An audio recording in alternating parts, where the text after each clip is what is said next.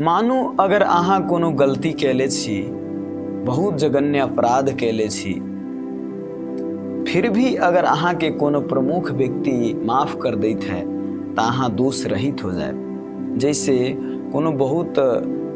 जघन्य अपराध कैले रहे या केकरो मारले रहे तो ओकरा जेल में डाल दे है, लेकिन राजा ओकरा क्षमा कर दे, नहीं एकरा छोड़ दिए, ई देश के लिए आवश्यकता है,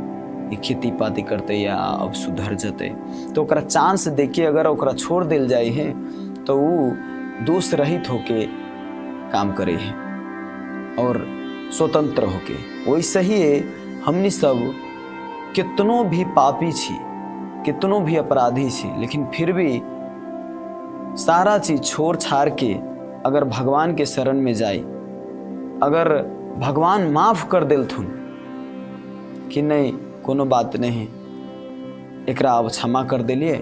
अब ई बढ़िया से फिर भक्ति भजन करो और फिर भगवान के धाम जाओ, तो मतलब कितनों भी अपराधी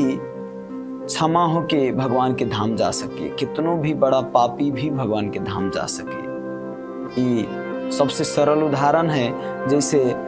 अजामिल जीवन भर वेश्यावृत्ति कले, लेकिन अंतिम में की भेले, अंतिम में भगवान नारायण के थोड़ा सा स्मरण करले, नारायण नारायण की देखिए वैकुंठ गेले, विष्णु दूत आके उनकरा ले गेले, तो इससे बड़का सौभाग्य प्राप्त केकरा होते। तो भगवान के हाथ में सब कुछ है, कुछ भी कर सके छथुन, जीरो के हीरो बना सके छथुन और हीरो के जीरो बना सके छथुन। ये भगवान के सिद्धांत है। हरे कृष्णा।